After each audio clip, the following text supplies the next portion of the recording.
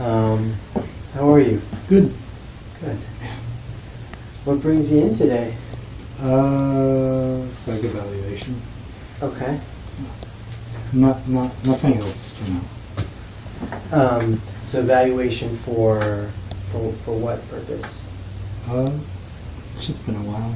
I haven't had one properly done in years, maybe. Okay. All right. So you met with Cindy throughout this last year, Yeah.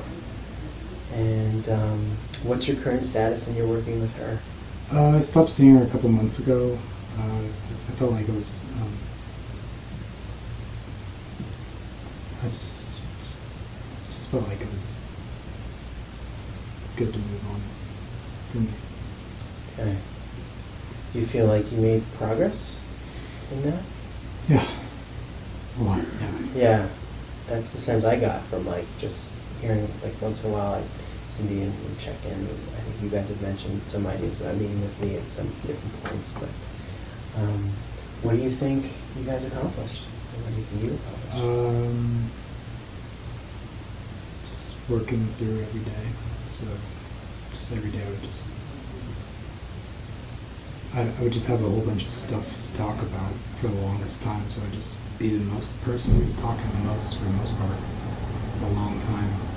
And then it kind of became more like, it's more back and forth eventually. And I had to like stop like speaking over her because it was like, I would just have endless things to talk about. So it just felt like she was never saying stuff like that. Mm-hmm. So it was, or I was like venting, and it just became kind of more neutral. Yeah.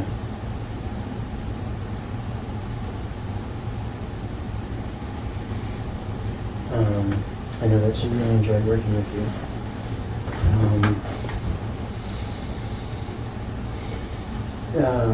So, in terms of psych evaluation, in terms of like diagnostics, in terms of medication recommendations, just more generally kind of just going to set a state of where things are at, right? Yeah, just,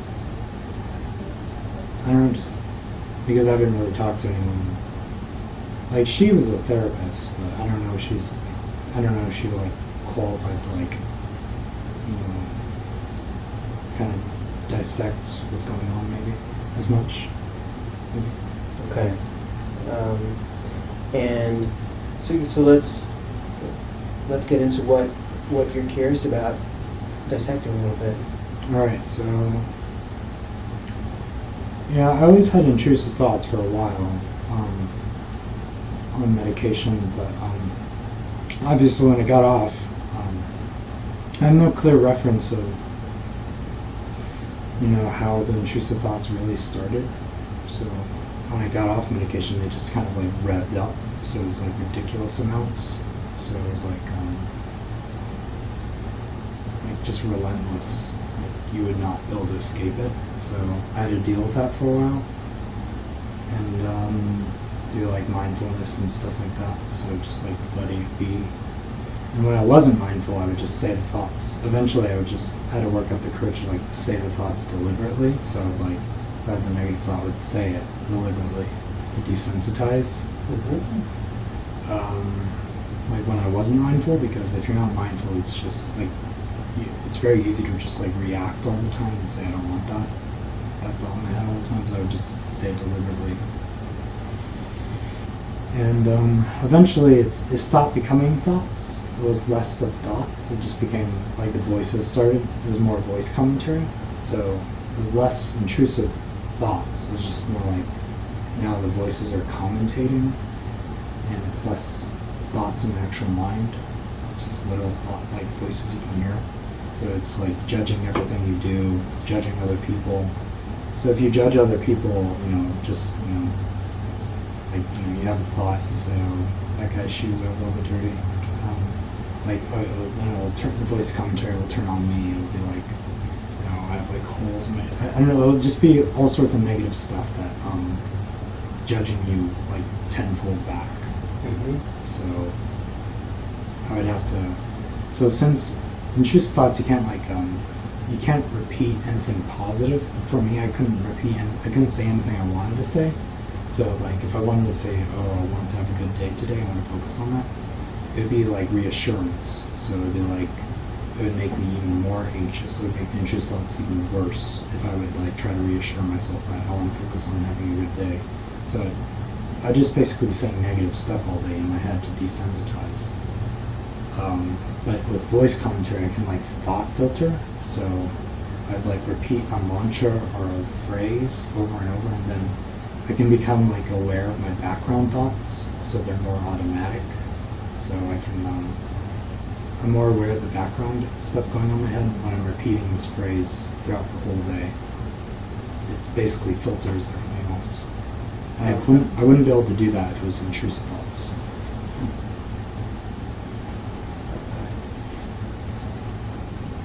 Just want to make sure I got that last part. It's a bit confusing. Well, I think I really followed the part on the intrusive thoughts, and then up until the point when the voices started becoming more prominent, very critical. You notice yourself judging somebody, but then where the voices would judge.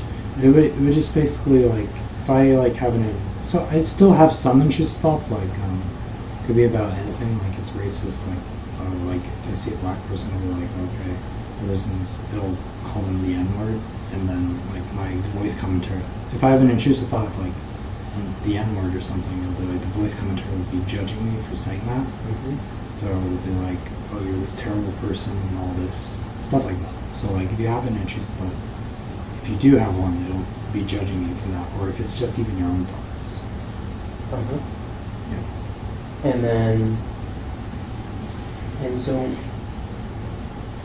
but you've been using sort of a mantra to, when you're having voices, you use a mantra that kind of helps sort of almost drown out or filter out.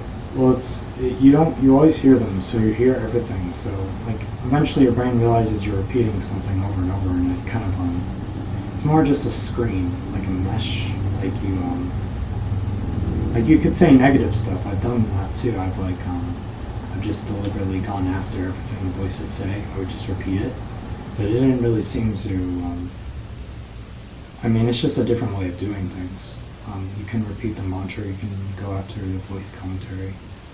Either way, it works as a filter. So if sometimes I prefer to choose if you choose something positive, obviously you feel better. So like if I say something positive and I repeat it over and over, then you're gonna have a better feeling. But it's more like you have to kind of like, if you do that, you just have to focus on saying it. It's like almost everything feels like it just feels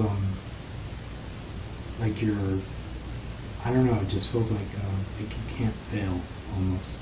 Like you're like it's a skeleton key almost. Like I know it's not true, but it almost feels like the mantra is like this perfect lock. And even if you suffer horribly, you don't care because it feels good anyways. So it feels like a really important skill for you to use. Yeah. Crucial. Mm-hmm. Yeah. And so how would you rate your current kind of level of distress? Sometimes it's worse. Obviously, everything affects me a lot more. So it's like food, water, so anything I consume affects me a lot. And obviously, physical activity is super important. So it really depends on how healthy I am. So if I'm like eating more junk food, it's gonna make me feel a lot worse. The voice commentary, the intrusive thoughts are gonna be so much worse. So it really depends, but like if I want to just relax, so I haven't been able to do mindfulness ever since like May of August of last year, for whatever reason. It just hasn't seemed to click again. Like I got really good at it, and then it just, I don't know, I just haven't done it. So it's like I've been kind of relying on the mantras or deliberately saying the intrusive or voice commentary thoughts. As obviously when I'm saying the negative stuff, it's a lot worse. It's kind of like doomish. Everything feels really just dark. So you continue to have sort of periods of a lot of doom, feeling of darkness. Yeah. How many times a week, or how long will that last? It's a choice. So it's like, do I want to just relax and not like be like, oh, I gotta be like Superman all the time. Like, do I just want to relax and just let everything flow? You know, even if it's just horrible stuff. So it's more just a choice of do I want to relax really? Like, do I just let the negative stuff just flow? And the distress is higher when you don't let it flow, or you do let it flow?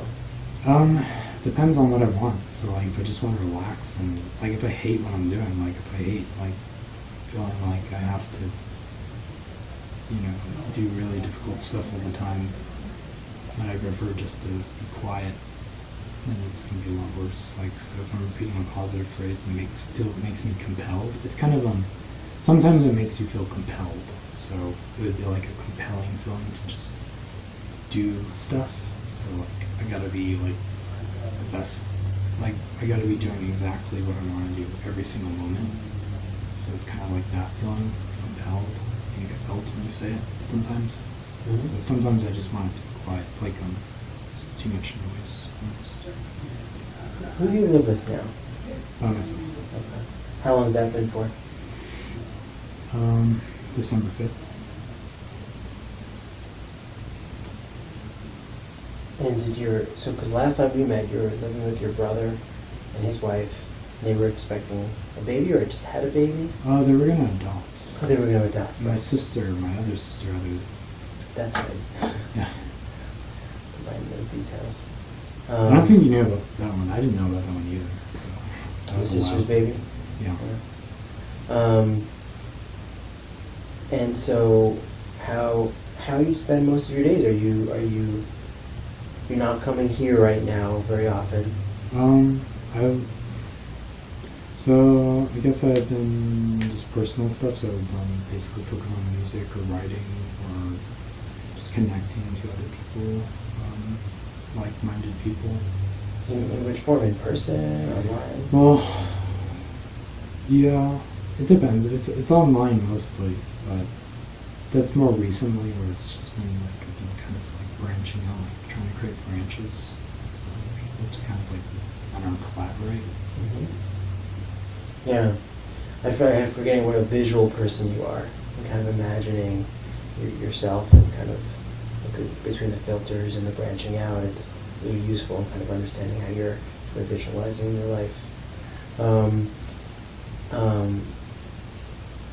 Because you were, a couple of years ago, you were extremely isolated and had very little interacting, with the outside world.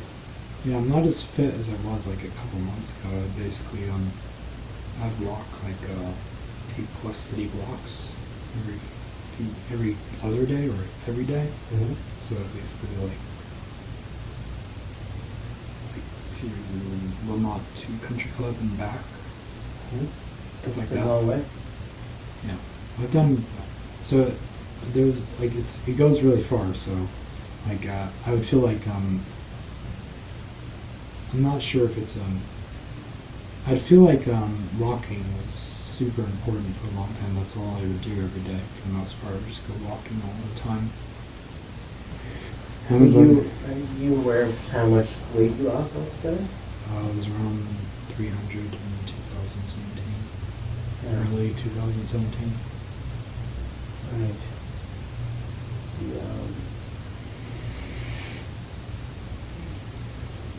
So currently you're like 85.5 kilograms. Yeah, so that's like about around 190 something. It's like that, I think.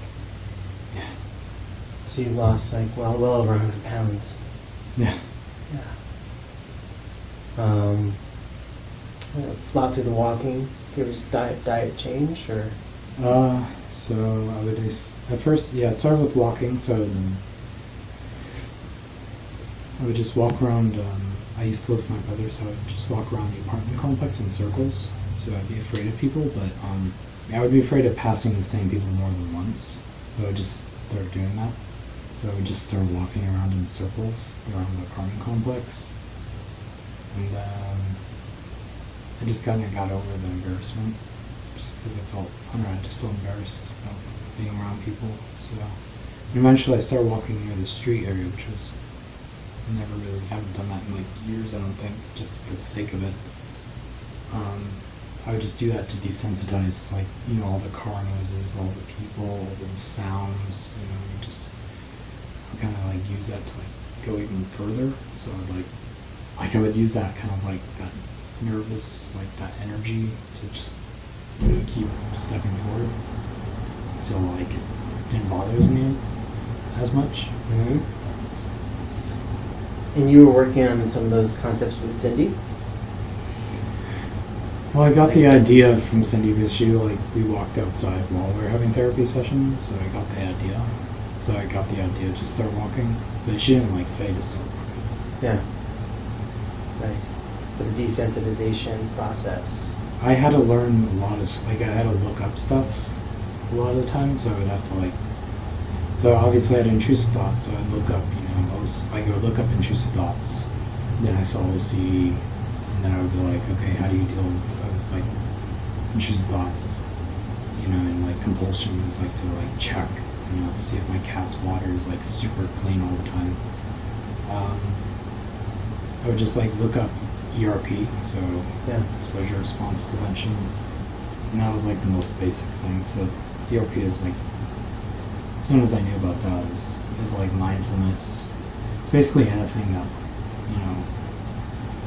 you directly go out. Well, it's not mindfulness isn't as direct. It's more just, it's a lot more peaceful, but it's kind of the same concept that you just let all that negativity happen, or you go after it deliberately. I mean, either way, you're exposing. Mm-hmm. Right.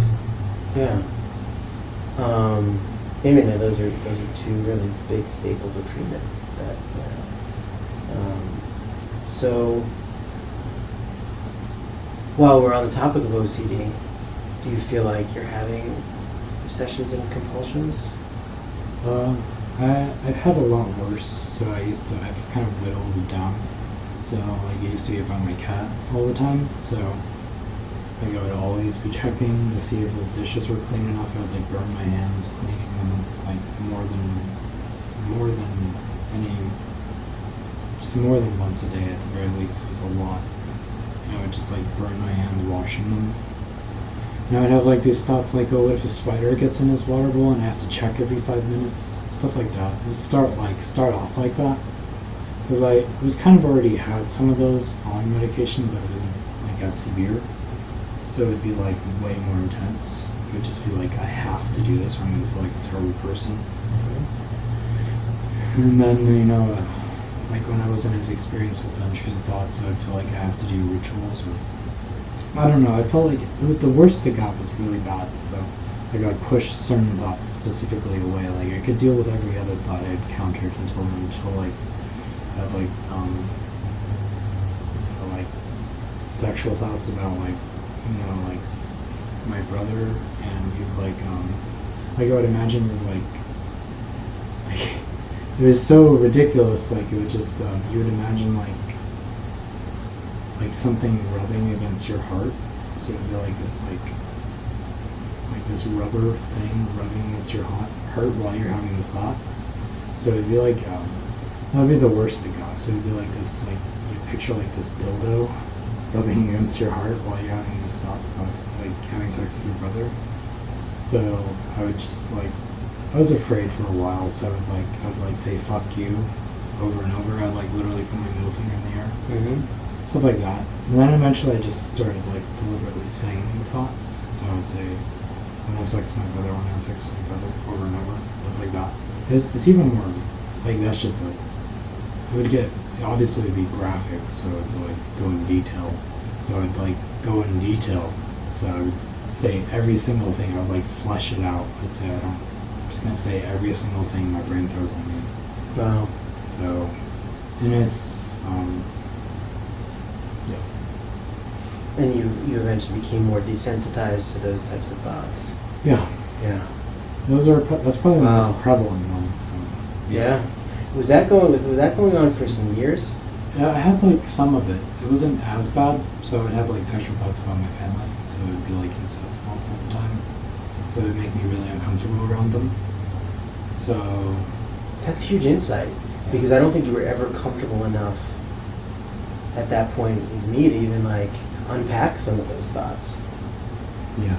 You just come so far in that regard with your comfort, and you just, yeah, it's wonderful. Because I think so fundamental to like understanding your experience is like your relationship to what your mind does and how it can bring up such unacceptable sort of distressing content, and then it sounds like you've just really in many ways really addressed the relationship you have to that content of what's there. Yeah. So some incredible personal work, but yet that doesn't fully stop the mind from generating content that doesn't seem consistent with either the present moment or what you care about or what your values are. Yeah. If I stop repeating the phrase, it's basically like it's everything I've ever had thought of. The only thing that helped the most was mindfulness, so it would actually make the thoughts less. That was the only thing that did it. But I haven't been able to do it since then. But it's something kind of like poison the well or something on that, or I don't know. Like for mindfulness, you have to be really focused on breathing. yeah. So, I don't know. It's just I haven't really had the same sensation. Like I stopped. So obviously I lost a lot of weight. So I was overweight when I was doing mindfulness, but something changed. So is it possible that some of the weight on in your front helped you stay aware of your breath? I smoked too, so I stopped smoking. Yeah. Yeah. So that might. Yeah. I remember. I just remember I had more sensation when I was breathing. So Right. it was easier to focus. Because some people then decide to move on to things like walking meditation, right? Which is like, rather than the breath necessarily, there's still breath, but it's about, with the number of steps you take can be the length of an in-breath.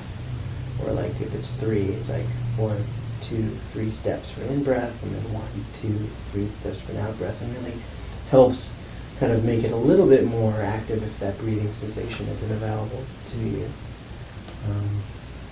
But it's an extraordinarily powerful tool. I'm actually going through a phase where I'm re-engaged with it more right now.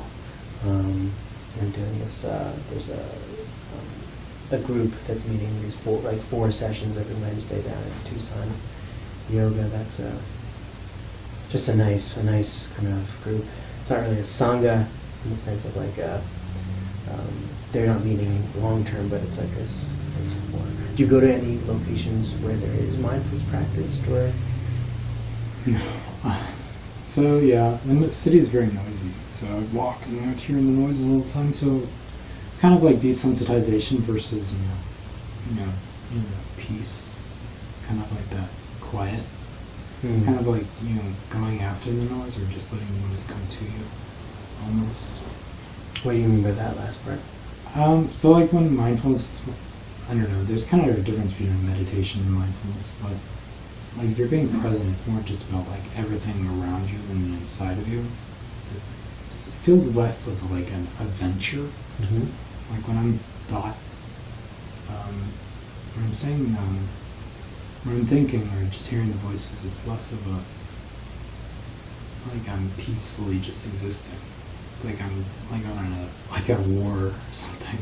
Like it's just like assault. Like it's just like I don't know. When I'm deliberately going after the negative stuff, it feels much more like well, okay, what's next? What's the how can these thoughts be arranged in a new way to make me like bothered by it?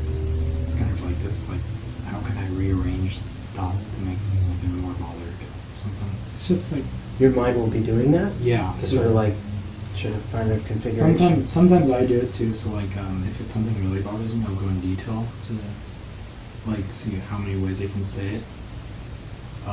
But obviously the brain just like keeps on, just wants to keep on like proposing every single new thing. Like it's Right.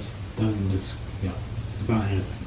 No, your brain kind of has, and all brains have an sort of autopilot sort of mode.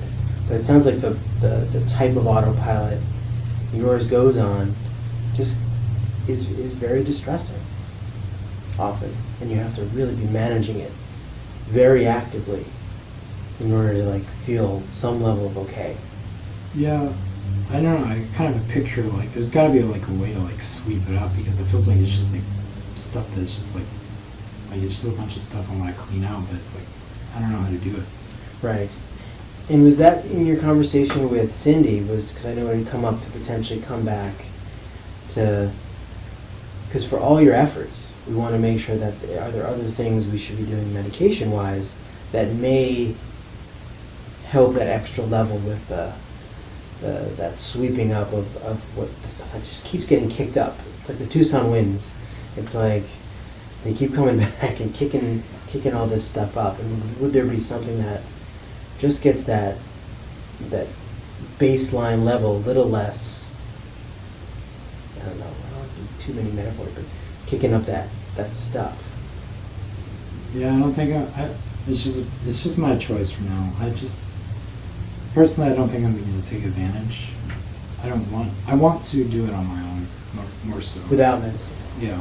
So then the other things we start to pivot over to things like really stricter diet types of interventions. Yeah. Like there's such a thing as something called a ketogenic diet. I don't know if you've heard much about this.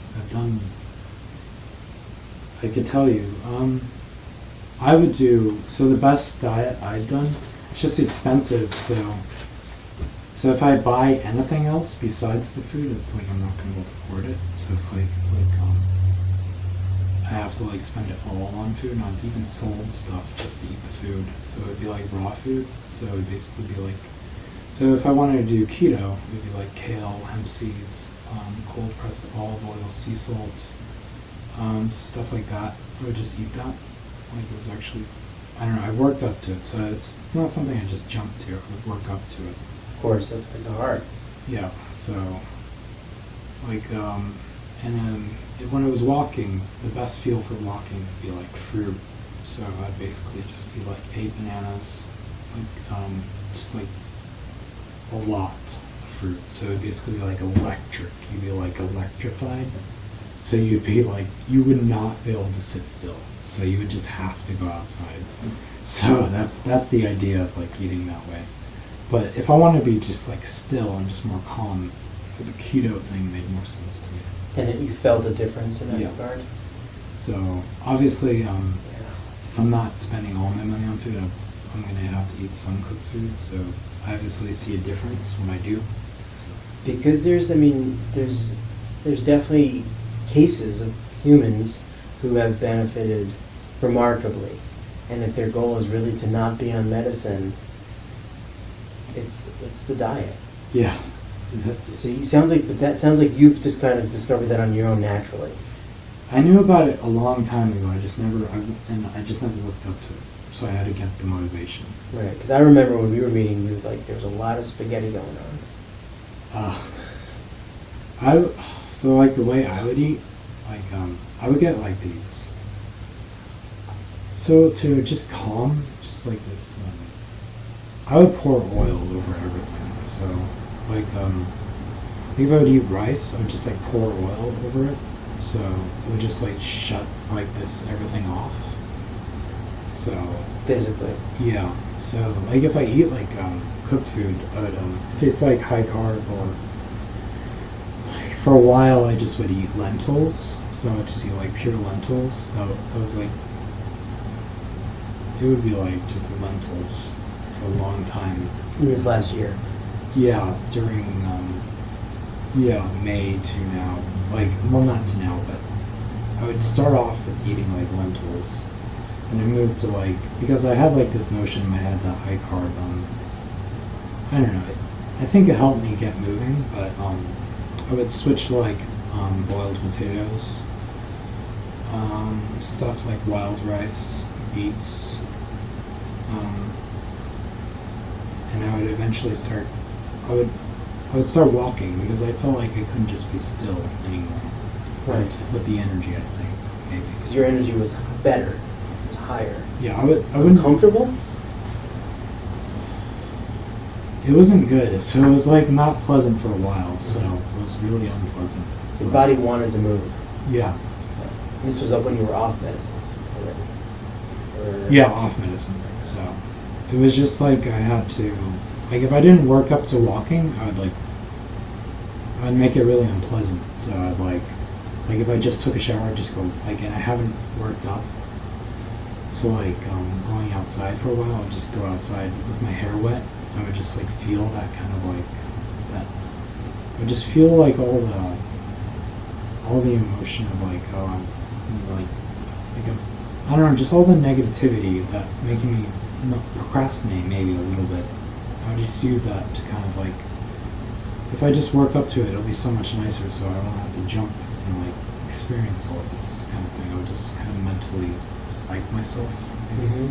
And some of the physical sensations really helped with the cold water. Yeah, just kind of Dr. Paul and I have been talking about diet recently.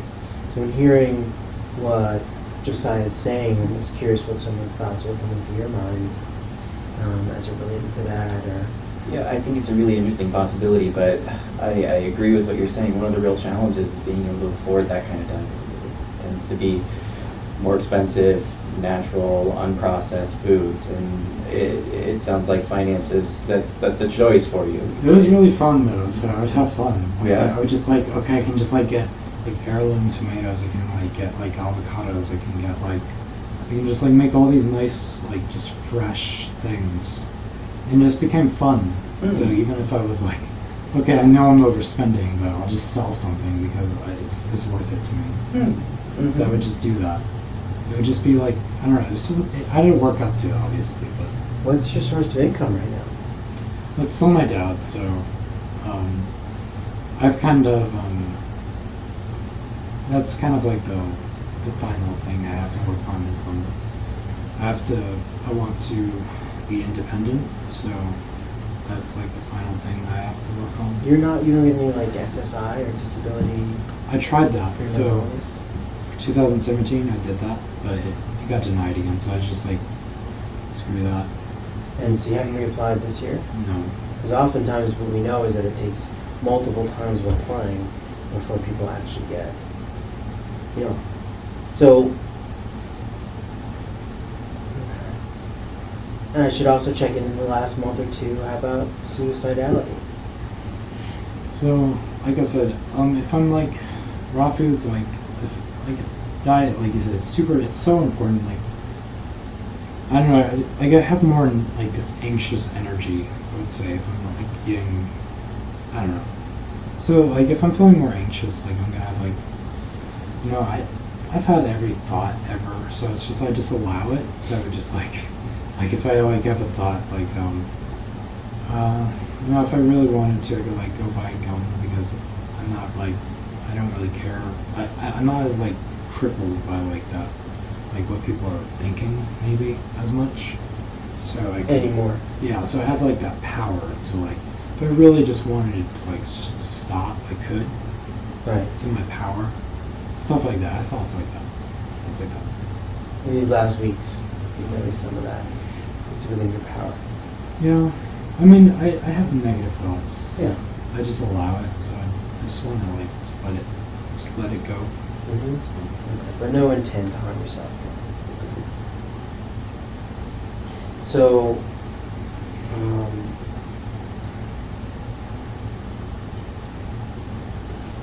so you came in, your comment was a psych evaluation. So, in hearing what you're saying, you're having hallucinations. You're having auditory hallucinations. Any visual hallucinations? Okay. And then we've always kind of wondered, there's degrees to which you have almost somatic or tactile hallucinations?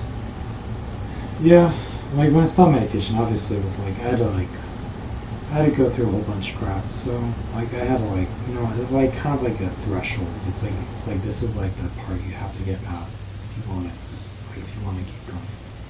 So I had to get past that. So I remember it was my brother. I had to get past a threshold. Mm-hmm. Of this is the amount of pain I'm willing go through. So I like be willing to say I will go through this, Mhm. and it has gotten less bad. So the further away I've gone from it, the less painful Mm. in terms of the word for somatic. That stuff has gotten less painful the further the longer it's been from the jump. Yeah. But you've done a tremendous amount of work to get to that point. And so the questions that I have in my mind about, okay, how can we continue to support you on this journey?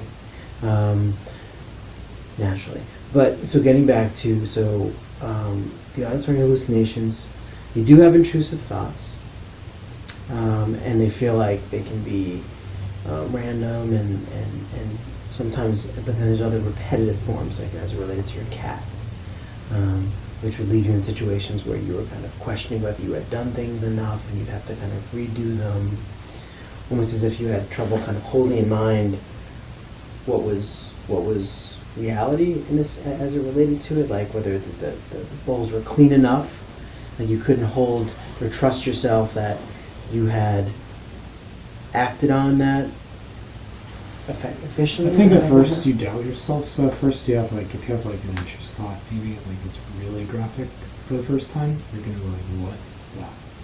You're like it freaks, maybe it scares you a little bit, so at first you have doubts. And then eventually, obviously, you have to, if you believe in yourself, that, you're whatever you are, whatever you believe yourself to be, becomes more a matter of okay, my brain's going to make me feel guilty, so I'm going to have to go through that. So if I don't wash the cat's bowl, I'm going to feel this guilt, and I have to go through that if I want to stop that compulsion. Mm-hmm. So it's more like I have no relation to no personal. Sometimes the feelings themselves are almost as meaningless as the thoughts. Mm-hmm. So it's I have to go through this to get where I want to be. So just Right. I mean, it always sounds like, because we talk about concepts like emotion regulation and distress tolerance, it's almost more like emotion regulation of, in the face of all that content that keeps coming up in your mind. It seems a little more so you just have to you were just having to manage it very intensively, and through these different actions that you would take, which is it's probably on the spectrum of OCD, but it certainly doesn't sound like classical OCD, where there's this very clear and repetitive pattern between thought or feeling and then the response you needed to do to kind of quell it. It's almost more organized into a lifestyle than more classical OCD. I definitely see how you could definitely live your life just doing you could just, so I'm not 100%. It's really difficult. It's because some things I'm not sure about yet. So Mm-hmm. if my goal is really just what I want, or if it's this compelling feeling that I'm not good enough. So is it me saying I'm not good enough, or is it something I actually want beyond that? So You want to be better at something. Yeah, In that sense? it's either I'm not good enough, or actually, okay, well maybe better at something, but because obviously, I'm not. It's I'm good enough to be myself, but do I really want this thing, or is it just because I feel like I'm not good enough? I feel like I'm not. I don't know. Do I want it for some other reason beyond Mm-hmm. maybe I don't feel good enough. Right. Well, I mean, yeah. I mean, so I don't know if you're familiar with Eckhart Tolle. The concept of that we are not our minds, right? And if you realize that, okay, we have the capacity to observe the activities of mind, right? Which is, and that observing ability is actually another function of the brain, right? But then there's the thinking and the feelings parts of the mind. And so it sounds like you're really done so much work trying to separate from all the stuff that comes up, whether it be emotions, whether it be thoughts, and you've established a greater sense of yourself as something other than that, Yeah. And it's so easy to get caught up in it again.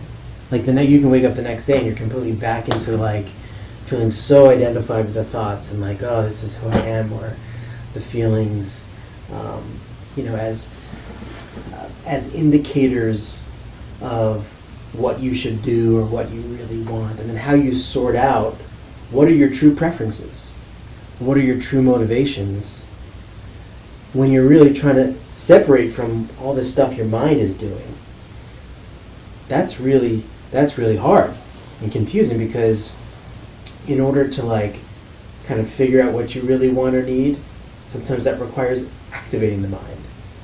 But you're not trusting the mind, because the mind is doing all this other stuff. It's kind of like when I'm, like, it's just, like, I don't really, it's just there. Like, I have so many things that I do that don't even resemble what's in my head, so it's kind of like I don't know, like, what do you want to call yourself? I don't know, maybe that's false. It's more philosophical. Right. Like, maybe I'm like, maybe I want to be, maybe I can be whatever I'm expressing myself through. So like maybe I'm my voice. So maybe I'm like just this empty thing, and this thing that comes out is me. So like this voice is me. I don't know. It gets right. I don't know how. The model of conceptualizing that I've found most useful is that and it takes from mindfulness, and it also takes from other models, is that what I identify as self is really has the sort of, it involves that capacity for observing. It also does have, there's an instinctual aspect to self, and there's a creative aspect to self that doesn't necessarily involve a lot of the activities of like thinking or of sort of mind, right? But what I've found is that in order to achieve certain goals, I need to sort of activate my mind to do some of the jobs, or some of the organizational jobs, whenever something requires like remembering a lot of stuff or organizing a lot of stuff. I need some of that mind that I'm like often just trying to like get away from. And so that, because the mind has some essential tools to it that we need in order to like, you know, meet some sort of longer term goals and stuff, or bigger type of projects. But then to have tools like mindfulness or meditation or other things that we enjoy, like exercise and walk, that can then get us out from when we get caught back up in the activities of the mind and the thinking it wants to do. I don't know if that resonates a little bit with your experience or not, but I just want to say what I'm observing is you in this kind of like trying to figure out this relationship, you know, with what is that, all this stuff that comes up with it, comes up for you, you know, and you know, it sounds, so if we go back to the psych eval, you know, what we've, pardon my allergies, my nose is really itchy. It's like I'm picking my nose a lot. But the aspects of hallucination, the aspects, and if there are some subtle forms of thought disorganization, right, which can come in the form of when we're trying to like communicate the contents of our thinking and speak them. Our thoughts can sometimes become a little bit disorganized, and sometimes it's because one thought starts, another one we want to communicate, and it's hard to kind of like keep them separate enough to kind of finish one idea before moving to the next, right? That's a very complicated activity of the brain, to sort of like get it from all the stuff that we're holding in here out, right? Do you notice yourself continuing on some level to sometimes find yourself struggling to keep those thoughts as organized as you'd like them. Man, my thoughts are just with like, it's like when I have this filter going, it's like a workaround. So it's like, like I'm not mindful, but it's like a workaround to mindfulness. Mm-hmm. So my thoughts are, I repeat the phrase. I'll start kind of like, it's almost like I'm not repeating it. It's almost like start to be aware of like this background stuff. And it's like the stuff you have it's just there. That is non-deliberate, I think. And you can speak from that place. Well, it's more odd.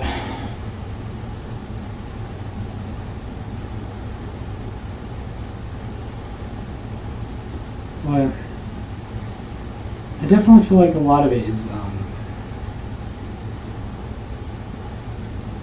I think it's useful. It's like it's important to have the background stuff. So I wouldn't say it's like, it's just the forefront. Like the forefront of my brain is just, it's just like this kind of like something. And the mantra helps you keep you in the forefront. Kind of keeps me. It's like a workaround. So like if I'm repeating, like I can do it. I can do it. I do it for everything. So it depends. Mm-hmm. So like if I'm just repeating the deliberate thoughts, then it's a lot more.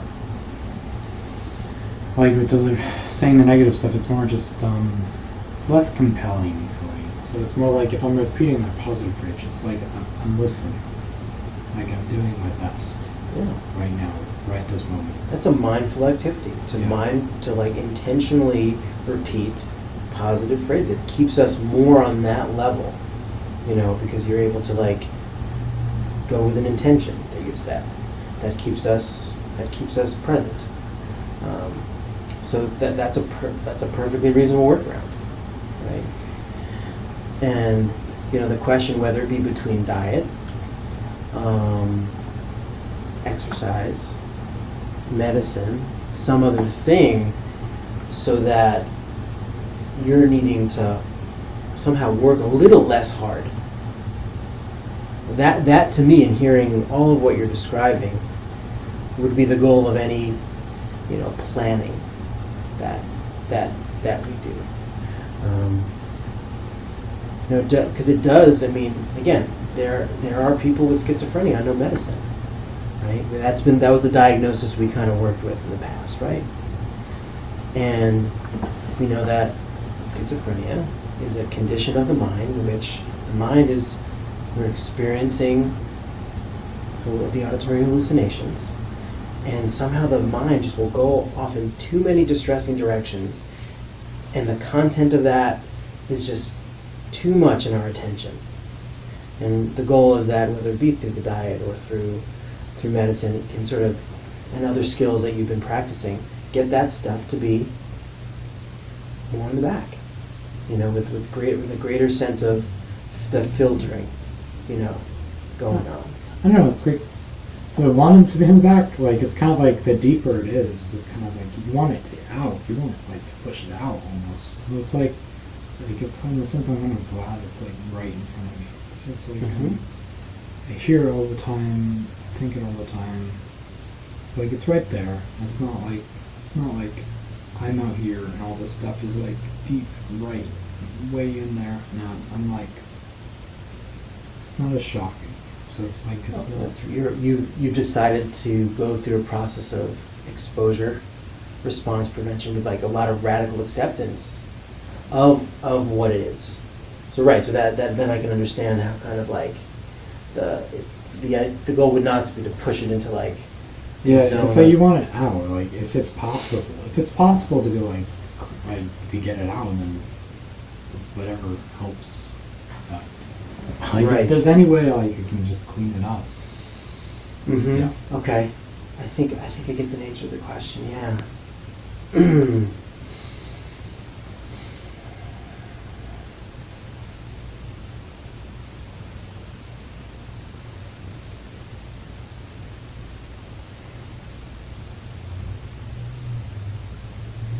That's a very organic process. Yeah. Yeah. I would have I don't know, like I would. So it's like if you're not mindful, it's like the next best thing would be kind of like being in nature. So it'd be like kind of being on your own a little bit more. So like working up to that kind of level of like I'm on my own, and I don't know what that does to, but like nature and stuff. So like just like where there's less noise. Mm-hmm. I don't know, something like that. But you're aware how sensitive your system is to noise, and so it sounds like you're called to spend time in nature because you find yourself feeling better when you're out in nature. Yeah, it's just there's not. It can be very like it's like it forces you like there's only it's like I don't know kind of it's like this natural place where like it doesn't even matter what's going on in your head, right? Like it doesn't even matter like what the thoughts are. It's like it's just about like being. So you go hiking? I've done. It's just mostly been walk. Like I've walked to some areas where it's just been like nothing. So. Have you ever been on the Arizona Trail? No. You know, it's interesting because I've been trying to think about, we want to expand what we do here beyond kind of the walls of this office, and I've been trying to think about developing programs for people who maybe can do some work actually out in nature. And it could be a volunteer basis type of experience where it is that's part of like what helps. And if you're already drawn to it, I'd be curious if you'd be interested. Would that be something you'd be interested? Sometimes it can be like doing some cleanup of trails or like helping marking trails so that others may use them. But then the experience is getting you out there. Yeah. So it's for volunteer stuff. I'm doing some of that. So I'm doing some stuff. What are you doing? It's just I only took like I still have to take more classes before I can do what I want to do, but it's Humane Society. Oh, right on. Are you taking classes now? Yeah. Well, I took obviously I have to do the orientation, but then you have to, if you want to be around the animals and to, to handle them, you have to like take a specific class for that. So I have to do that. That's awesome. Yeah, that's another. So getting back to the question about, and I'm so glad you came back. It's just great to talk with you and to see all that you've done this last year. If there's a question you want to make sure is answered in a psych eval, what do you think that question would be?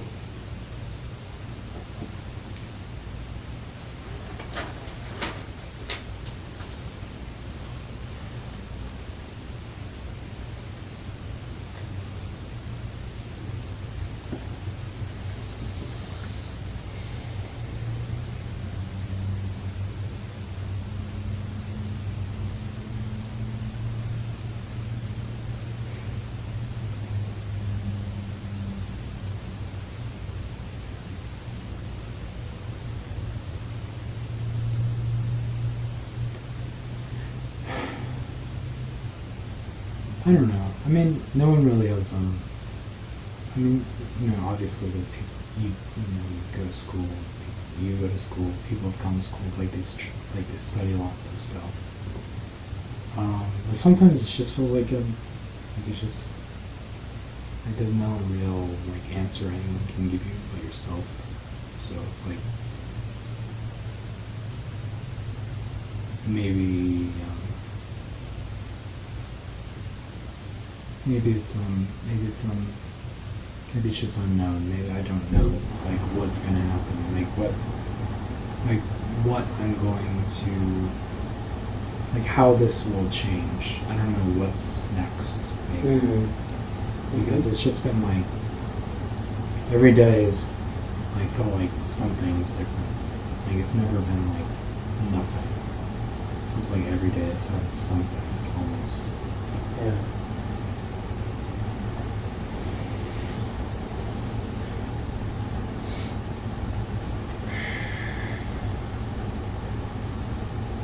Yeah.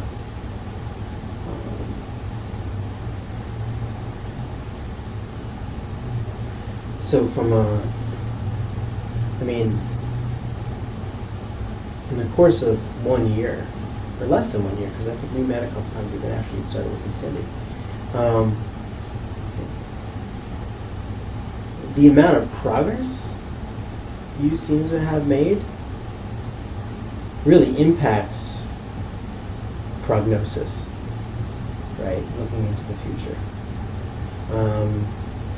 And I think that's why I find myself continue to be curious about your disengagement with Cindy.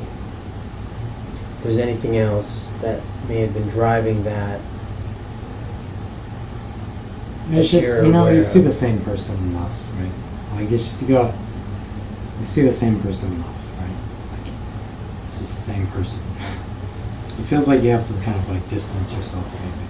Did you feel like you had gotten all that you can possibly get from the I felt like it relationship? was really flushed. Like everything has just felt like it was that was the thing. I'm imagining you had probably gotten as close to her in terms of like the depth of the work and the frequency of the meetings and the consistency with which you would come into treatment as you had with almost anybody. She probably knew more about you than anybody on the planet. Yeah. Well, that and maybe like some people online. That's about it. Maybe some people online. Okay, yeah, right. But in terms of a live person who you were sitting with, I'm wondering if that began to make you increasingly uncomfortable, or was bringing up certain feelings. Maybe it's just because she's seen like this like non-stop change process, like this non-stop process, and it's just kind of like maybe it's like I need to like kind of new perspective, new eyes. Okay. Something. Okay. So, are you interested in a new therapist? It's just kind of like it's like I already have I don't know. I don't really need like an like anything intimate in that kind of like back and forth way, like in that kind of involved way. I don't really. It's like I'm already that way with my like I'm already like I already have myself. Like I'm already have a relationship with myself. Right. Yeah. Long-term monogamous relationship. Yeah. Yeah. Right. And I know that you do go through periods where sometimes you want to be left to your own, to take it the next phase, or to try to see what you can do with what that growth you've experienced going forward. So yeah, so I get like still make like I feel like bad stuff still happens. Like it's not like it doesn't happen. It's just I react to it differently. So like if like the worst thing that's happened maybe to another person or being, so, I had a rabbit and he died. So it was my fault. Not intentionally, but it was my fault. So that happened, but it's just the way I react to it. It's more just like I'm always looking to move forward, pretty much. Like it's like, like, oh look, there's bullshit over there. I don't care. I don't want to look really, so I just keep walking. And there's a lot of bullshit. Yeah. There's a lot of human bullshit. Right. Right. So true.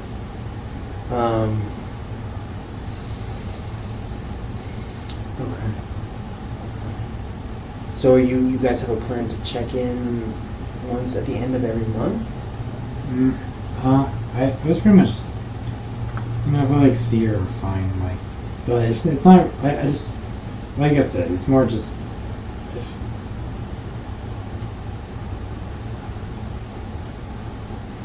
if, I just prefer something different, like just enough space, enough like distance. Maybe it's not over forever, but it's just like space from. Just feels like it was just so continuous, so involved. It just feels Very like, and it was very intimate. yeah. Oh. Yeah. Um, What? I don't know. Yeah. Okay. Sorry.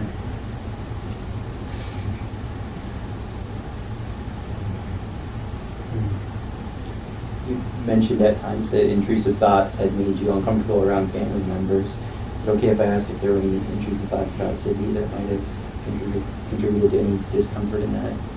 It's about everyone. So, like, if anyone I'm close to, so like, if I know anyone, it doesn't discriminate. So it's like it's about it'll be about like it'll be about anyone. It's happened to everyone, every single person, every single living being, everything. So was there anything unique about intrusive thoughts with Sydney that you think might have contributed to your decision? Not really that. It's just, obviously if you're I don't know, if you have a relationship with anyone, it's kind of like, it's more stressful if you have disturbing thoughts. So obviously, living with my brother was really stressful because I would have thoughts while he's like right across the room, like about, all that stuff all the time. So it would be like really stressful. But now that I don't live with him, he's like, I don't even talk to him that much anymore, but it's not that stressful. It's more like I have space. It's not proximity based. So like if I see them, I'm not gonna have a thought. Like if I don't, since they're not there, I'm not gonna have a thought because they're there. Stuff like that. Did you ever talk to Cindy about the thoughts you had towards her? I don't really talk about anyone. Like I'm never gonna like. I mean, I could tell like maybe like a professional like you, like I might have a thought about you or something. It's like I could say that because you're like professional. You're not gonna be like okay. It's not as it's just not. It's because people are susceptible to I don't know. We're human, so it's easy to associate thoughts with people. Right. Yeah, no, it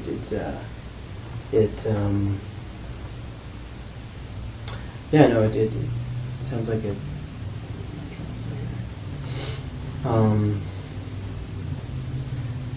That may be a piece of work to consider.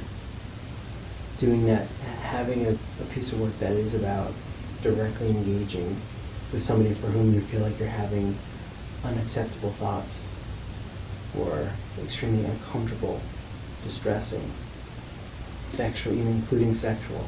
Yeah, I have it, like with my cat, like he's really needy, so like I have like these thoughts, like I hate him, so I'll say that, I hate him, but all I really want is for him to, like, I want to feel like we all belong to ourselves, so we're not belonging to other people.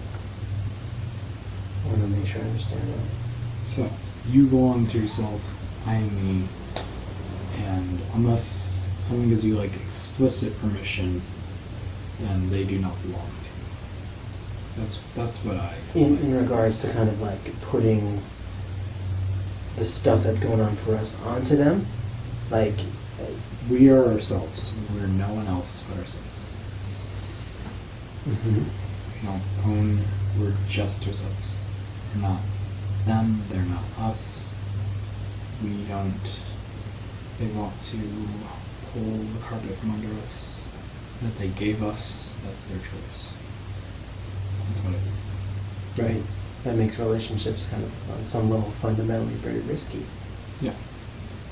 So obviously I like to, if I'm going to have one, I would prefer it to be deliberate. So it's something I initiate myself. As opposed to like a therapeutic relationship that's naturally going to end. Yeah, I chose to end it. So I chose to end it myself. So I just like this, just be by myself for a while. Right. Okay. I get that. Fair. Totally fair. So,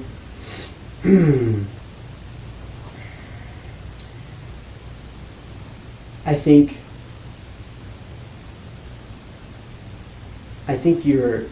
the future, the prognosis, looking into the future, will be probably very much impacted by if you noticing yourself feeling worse, the willingness and insight to re-engage more with treatment. Yeah. Yeah, I don't see, it's kind of a, I think it's more of a choice. So it's more of a choice to me if I get worse. And sometimes it's not. Maybe I just have to deal with it getting worse. But I feel like it's more of a choice to me if I get worse. So I could just, I don't know. It just feels more like that's obvious. It feels more clear when it's like I'm obviously hurting myself. It's like if I can see that and like the other option is right there. It's just easier to, I don't know, it just makes it less like I'm not confused about what I want. Mm-hmm. So if I think I don't feel lonely, so I'm not like a lonely person. So it's like I don't know, like that's kind of like the only reason I would see, I don't know, like I don't feel, yeah, I just have to give it time. Stuff like that. Mm-hmm. Yeah. And I wrote down, so your question was what's next? When I was trying to pin you down on, okay, what is this psych eval trying to achieve? What you ended up saying was, okay, well, what's next now? You've made this progress, you know.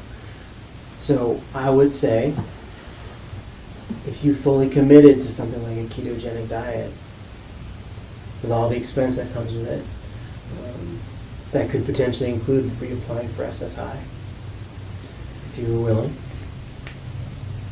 Yeah. I want to, if I can have independence, I would prefer that. So if I can choose that, I probably want to choose. Independence from public assistance. Yeah, just my dad, anyone. Right. So then sort of some kind of, you said you're working within the Humane Society. Is that working towards a potentially paid position, or is it that path? Just to get experience. So like I just want to, be around people and like a kind of like we're not like, it's not therapy, we're not friends, but we're just trying to do something positive. So more like that. Makes sense. Yeah. Okay. So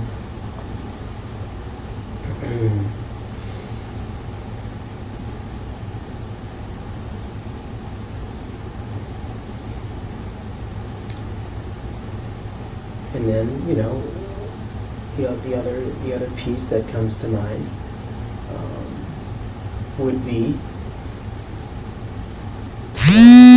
remains the option of retrialing possibly different medications to see if it helps facilitate that process that you're talking about.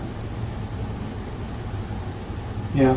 Rather than suppressing thoughts, to see if it helped you facilitate the experience of getting these thoughts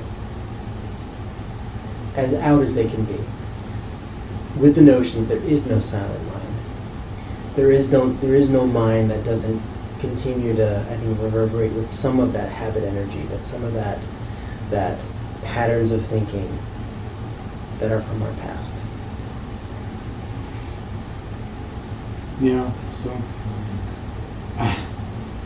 I'm one of those people. It's like I don't know. It's just I just prefer to do everything else before jumping the gun. That's kind of what I learned. So for me, I just prefer to do everything I can do possibly before ever, reintroducing something like that. Makes sense to me. Okay. So I want to check in again if there's anything else, because we're kind of at a time where we should think about either making an appointment some months down the line, or whatever feels right to you, I'm available for. Anything else that comes up for you that you'd like to at least make sure you've said or asked about before we close up for today? I don't know. It's just kind of maybe I feel obviously it's my choice that I chose to, bad shit happens. Like even if sometimes you choose the option that's bad and you know it's bad. Sometimes it just happens to you, and like maybe you're like, maybe I'm angry like at people, like I feel angry. I want maybe I have like that kind of like just angry at people for like, because it feels like 2 years of my life are like 86 maybe. Like it just feels like it was just like, so it's like you kind of have all that when to like go forward now, and you kind of get angry. So well, obviously it's not really like, could I blame like the nurse who I first went inpatient for, she gave me Ativan, so I blame her. I don't want to blame that and say, oh, I started taking this, I trusted people. I want to blame myself. I continue to take it no matter what. It's just, I don't know, I just have to. I prescribed that to you for a long time. Yeah. Are there angry feelings toward me? I would say I have thoughts. So I feel like I would have thoughts like, what am I really here for? So do I just want revenge? Do I just want to do I want to rub people's nose in it, kind of thing? Right. That's why. Has it been is that why you came today? Well, I definitely felt excited. So I felt excited, but I don't know. I would have thoughts. I would have thoughts that maybe I'm just maybe I'm just petty, revenge seeking. I just want to rub people's nose. I don't know. I would have thoughts like that, but yeah, I just came anyways. Yeah. Yeah, and I just want to say that I could understand you having those thoughts. Those thoughts, even the wanting to show Klinger all those meds that you were prescribing. Look how well I'm doing. I could take that. I can understand that. And it's gonna cause me to continue to sit with what I really do know and what I don't know. In being a psychiatrist and practicing, so your story actually is part of my learning too. So I want to make sure you know that I'm gonna take that in. Yeah. And I would originally, I went to COPE, and they wouldn't prescribe Ativan, so I specifically went here because they would prescribe it. So it is I would do things like that. So I did choose that. But if I recall, it was 1 milligram a day. Yeah, it was yeah. Yeah. It's equivalent of 10 milligrams value. Right. Do you carry a lot of guilt about having been on that? As if you were addicted to it? I just angry. I would be angry. I would have guilt because it just was nothing happened for 2 years. So I would be angry and I would have guilt. So I feel guilty. I feel angry. Yeah. Yeah, that makes a ton of sense.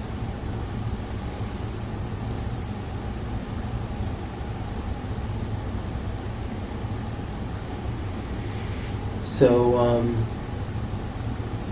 I want to continue to learn from what unfolds in your life. That feels important to me. in your case, what you continue to learn helps you to feel better, including particularly diet stuff, because I'm getting more and more people kind of saying some of this stuff that,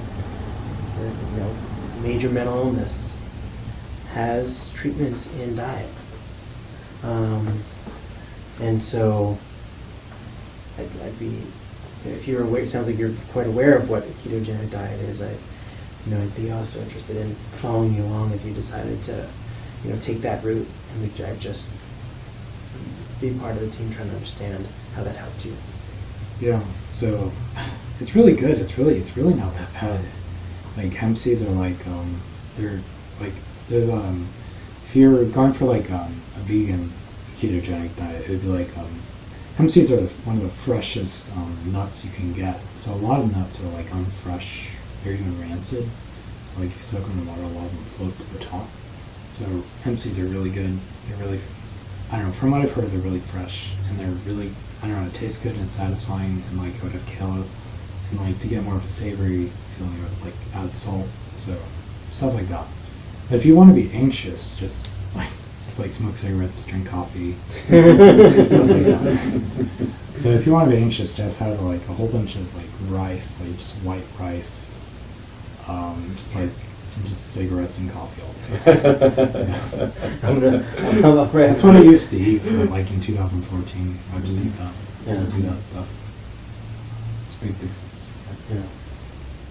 So for today, let's leave it at that. But I'll be very happy to see you again. So I've been taking everything you said. So it's all okay. It's all okay. All right. Anything else for today? No,